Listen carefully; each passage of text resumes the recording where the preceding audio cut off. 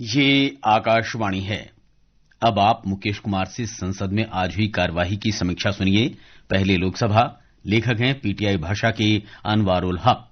लोकसभा में पिछले सप्ताह की तरह आज भी गतिरोध बना रहा और विपक्ष के हंगामे के कारण केंद्रीय बजट पर चर्चा नहीं हो सकी। नेता प्रतिपक्ष राहुल गांधी को बजट के अलावा अन्य किसी विषय पर आसन से बोलने की अनुमति नहीं मिलने पर कांग्रेस सदस्यों ने हंगामा किया, जिसके कारण सदन की बैठक 2 बार के स्थगन के बाद दिन भर के लिए स्थगित कर दी गई।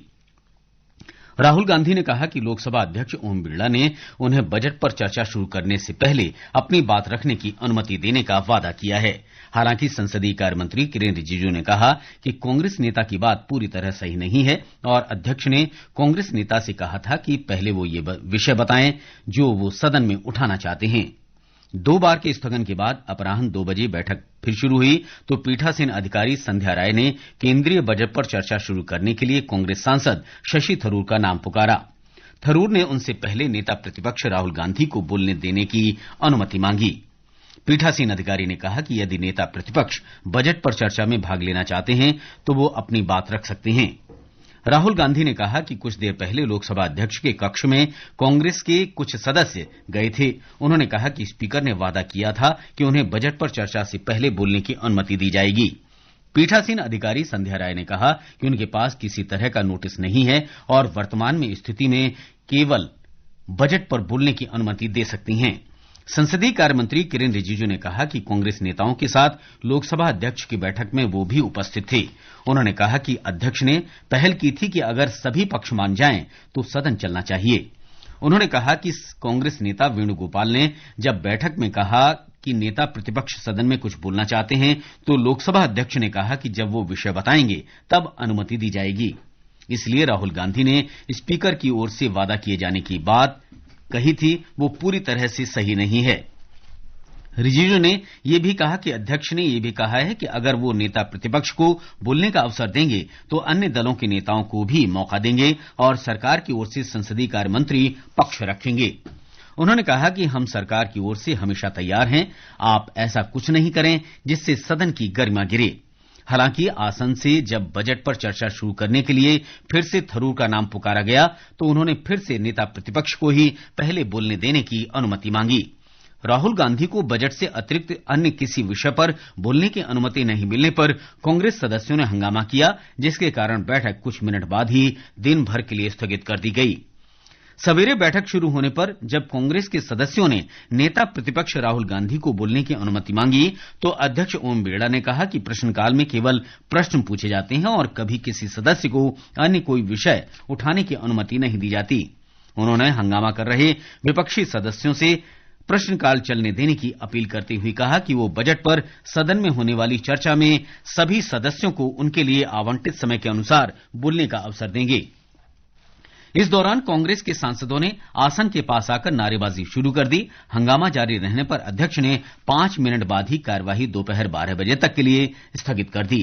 12 बजे कार्यवाही दोबारा शुरू हुई तो पीठासीन अधिकारी कृष्ण प्रसाद तेनेटी ने बजट पर चर्चा करने के लिए पहले वक्ता के रूप में कांग्रेस सांसद थरूर का नाम पुकारा तो नेता प्रतिपक्ष ने सदन में अपनी बात रखने की इच्छा जाहिर की। हालांकि पीठासीन अधिकारी ने कहा कि उनके पास फिलहाल जो विधायी कार्य का ब्यौरा है उसके मुताबिक बजट पर चर्चा होनी है। कांग्रेस के सदस्यों ने इस पर आपत्ति जताई और कहा कि नेता प्रतिपक्ष को सदन में बोलने का अधिकार है। आसन ने कहा कि नेता प्रतिपक्ष चाहें तो बजट पर बोल सकते हैं। राहुल गांधी को किसी अन्य विषय पर बोलने की अनुमति नहीं मिलने के कारण गतिरोध बना रहा और कार्यवाही अपराह्न 2 बजे तक के लिए स्थगित कर दी गई। विपक्ष के हंगामे के कारण प्रश्नकाल भी नहीं चल सका।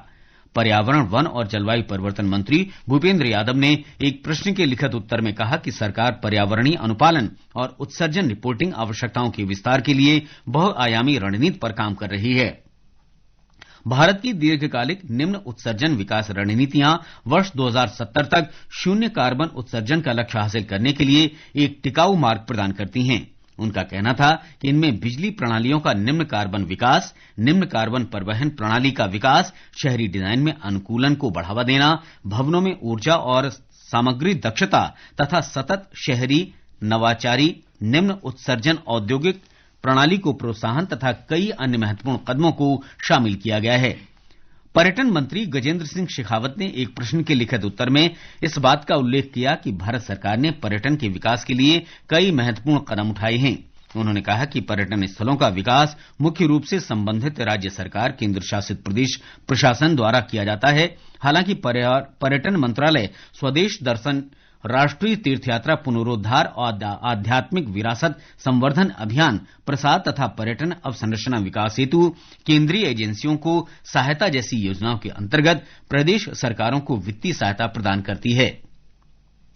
शेखावत ने बताया कि अब पर्यटन मंत्रालय ने अपनी स्वदेश दर्शन योजना को स्वदेश दर्शन 2.0 के रूप में पुनर्गठित किया है, जिसका उद्देश्य राज्य सरकारों के परामर्श से पर्यटक और गंतव्य केंद्रित दृष्टिकोण अपनाते हुए टिकाऊ और उत्तरदायी गंतव्यों का विकास करना है। शिक्षा मंत्री धर्मेंद्र प्रधान ने एक प्रश्न के लिखित उत्तर में बताया कि अखिल भारतीय उच्च शिक्षा सर्वेक्षण के पोर्टल के अनुसार देश में विश्वविद्यालय और मानद विश्वविद्यालय स्तर की 1395 संस्थान, 53,197 कॉलेज और 16,577 स्वतंत्र संस्थान हैं। उन्होंने कहा कि उच्च शिक्षा में नामांकन 2014-15 में 3 करोड़ 42 लाख से बढ़कर 2022-23 में 4 करोड़ 46 लाख हो गया है, जिसमें महिला नामांकन 1 करोड़ 57 लाख से बढ़कर 2 करोड़ 18 लाख हो गया है। अनुसूचित जाति के छात्रों का नामांकन 2014-15 में 46 लाख 7 हजार से बढ़कर 2022-23 में 69 लाख 13 हजार हो गया है। अनुसूचित जनजातियों के छात्रों का नामांकन 2014-15 में 16 लाख 41 हजार से बढ़कर 2022-23 में 28 लाख 72 हजार हो गया है। विज्ञान, प्रौद्योगिकी, इंजीनियरिंग और गणित में नामांकन 99 लाख 76 हजार है। प्रधान ने बताया कि 2014 के बाद से अब तक 16 भारतीय सूचना प्रौद्योगिकी संस्थान, 8 केंद्रीय विश्वविद्यालय, 8 भारतीय प्रबंधन संस्थान, 7 भारतीय प्रौद्योगिकी संस्थान, 2 भारतीय विज्ञान शिक्षा और अनुसंधान संस्थान, 1 राष्ट्रीय प्रौद्योगिकी संस्थान और 12 नए एम्स स्थापित किए गए हैं। वित्त राज्य मंत्री पंकज चौधरी ने एक प्रश्न के लिखित उत्तर में कहा कि सरकार भारतीय रिजर्व बैंक और national payment corporation of India देश, विशेषकर ग्रामीण और अर्ध शहरी क्षेत्रों में डिजिटल भुगतान पारिस्थितिकी तंत्र को मजबूत करने के लिए विभिन्न पहल कर रहे हैं। उन्होंने बताया कि इनमें अन्य बातों के साथ रुपे डेबिट कार्ड और कम मूल्य वाले भीम यूपीआई लेनदेन को बढ़ावा देने के लिए प्रोत्साहन योजना शामिल है, ताकि बैंकों और फिनटेक कंपनियों को प्रोत्साहित किया जा सके। मंत्री का कहना था कि पिछले 4 वर्ष में यानी वित्त वर्ष 2021-22 से 2024-25 के दौरान सरकार ने बैंकों, फिनटेक कंपनियों को लगभग 8,730 करोड़ रुपए का प्रोत्साहन सहयोग प्रदान किया है। इसके अलावा 31 दिसंबर 2025 तक पीआईडीएफ के माध्यम से पूरे देश में लगभग 5.80 करोड़ डिजिटल टच पॉइंट्स तैयार किए जा चुके हैं, ताकि निर्बाध डिजिटल भुगतान लेनदेन सुनिश्चित किया जा सके। और अब आकर्षिता सिंह से सुनिए राज्यसभा में हुई आज की कार्यवाही की समीक्षा। लेखक हैं पीटीआई भाषा के माधव चतुर्वेदी। राज्यसभा में आज आम बजट 2026-27 पर चर्चा शुरू हुई, जिसमें विपक्ष ने जहां एक ओर सरकार पर बजट में मात्र खोखली घोषणा करने और रोजगार जैसी चुनौतियों पर ध्यान नहीं दिए जाने का आरोप लगाया, वहीं सत्ता पक्ष की ओर से कहा गया कि सरकार ने बजट में पूंजीगत व्यय को बढ़ाकर अर्थव्यवस्था को गति दी है। चर्चा शुरू करते हुए कांग्रेस के वरिष्ठ नेता पी चिदम्बरम ने सरकार ने पूंजीगत व्यय में कटौती की है कहा, और उन्होंने कहा कि 1,44,376 करोड़ रुपए के पूंजीगत व्यय में कमी की गई है, जिसमें केंद्र के पूंजीगत व्यय में 25,335 करोड़ रुपए तथा राज्यों के पूंजीगत व्यय में 1,19,041 करोड़ रुपए की कमी शामिल है। उन्होंने कहा कि सरकार को इस बात का स्पष्टीकरण देना चाहिए कि राज्यों को धन क्यों नहीं दिया गया या कोष जारी करने के समय शर्तें क्यों लगाई गई। उन्होंने कहा कि इस बारे में वित्त मंत्री के बजट भाषण में कोई कारण नहीं दिए गए हैं। पूर्व वित्त मंत्री ने कहा कि दूसरी सबसे बड़ी चुनौती रोजगार है। उन्होंने कहा कि 20% से कम कामकाजी आबादी नियमित क्षेत्र में कार्यरत हैं। चिदम्बरम ने कहा कि 144 करोड़ लोगों की आबादी में से 2% से भी कम लोग कारखानों में कार्यरत हैं। चर्चा में भाग लेते हुए भाजपा के अरुण सिंह ने कहा कि वित्त मंत्री निर्मला सीतारामन ने लगातार 9वीं बार बजट पेश किया, जो एक इतिहास है। उन्होंने कहा कि 53 लाख करोड़ रुपए का कुल बजट है, जबकि कांग्रेस के नेतृत्व वाली सरकार में बजट का कुल आकार 17 लाख करोड़ रुपए से भी कम था, यानी बजट का आकार 3 गुना बढ़ा है। भाजपा सदस्य ने कहा कि बजट में कुल मिलाकर 12.5 लाख करोड़ रुपए का पूंजीगत व्यय है, जो कांग्रेस नीत सरकार के समय 2 से 2.5 लाख करोड़ के बीच में हुआ करता था। सिंह ने कहा कि केंद्र सरकार आगामी वित्त वर्ष में लगभग 18 करोड़ रुपए विभिन्न योजनाओं के माध्यम से खर्च करने जा रही है, जबकि 4.5 करोड़ रुपए की सब्सिडी दी जाएगी। उन्होंने कहा कि जीएसटी में सुधार करने से देशवासियों को 1 लाख करोड़ रुपए का लाभ हुआ है। भाजपा सदस्य ने कहा कि 2014-15 में 4 करोड़ 7 लाख आयकर रिटर्न दाखिल किए जाते थे, जिसकी संख्या पिछले साल 9 करोड़ 2 लाख हो गई है।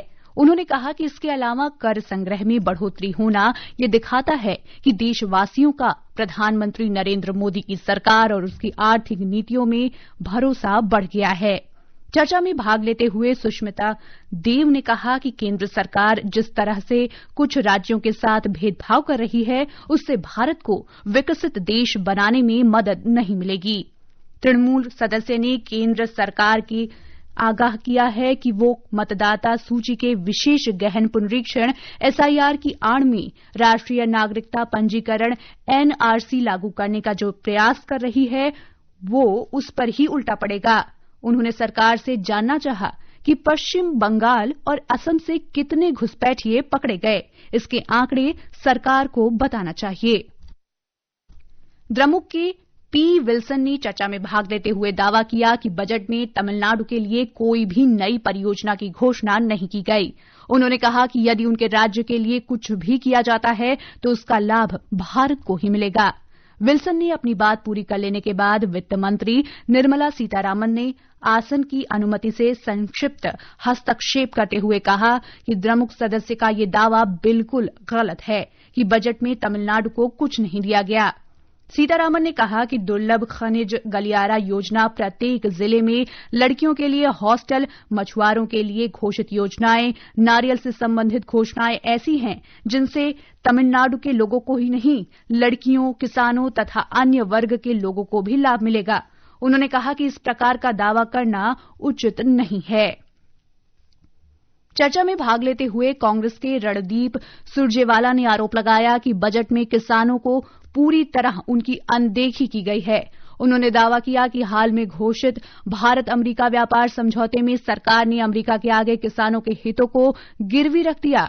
चर्चा में आम आदमी पार्टी के राघव चड्ढा, अशोक कुमार मित्तल, बीजू जनता दल के मुजीबुल्लाह खान, निरंजन बिशी, राष्ट्रीय जनता दल के केएडी सिंह, अन्य द्रमुक के एम थम्बी दुर्रे, एम धनपाल, मनोनीत सदस्य सुधा मूर्ति, मनोनीत मीनाक्षी जैन, जम्मू कश्मीर नेशनल कॉन्फ्रेंस के सज्जाद अहमद किचलू, माकपा के ए रहीम, जनता दल यू के संजय कुमार झा, जम्मू कश्मीर नेशनल कॉन्फ्रेंस के चौधरी मोहम्मद रमजान, तमिल मनीला कांग्रेस एमजी के वासन, भाजपा के घनश्याम तिवाड़ी ने भाग लिया।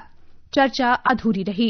इससे पहले आज सुबह बैठक शुरू होने पर डीएमके सदस्य तिरुचि शिवा ने कहा कि उन्होंने मौजूदा संसद सत्र के दौरान भारत अमेरिका अंतरिम व्यापार समझौते का विवरण सदन के बाहर देने को लेकर वाणिज्य मंत्री पीयूष गोयल के खिलाफ विशेषाधिकार हनन का नोटिस दिया है। सदन में नेता प्रतिपक्ष मल्लिकार्जुन खड़गे ने शिवा का समर्थन किया। सभापति सीपी राधाकृष्णन ने कहा कि वो इस मामले को देखेंगे। इसके बाद शून्यकाल के तहत सदस्यों ने अपने अपने मुद्दे उठाए।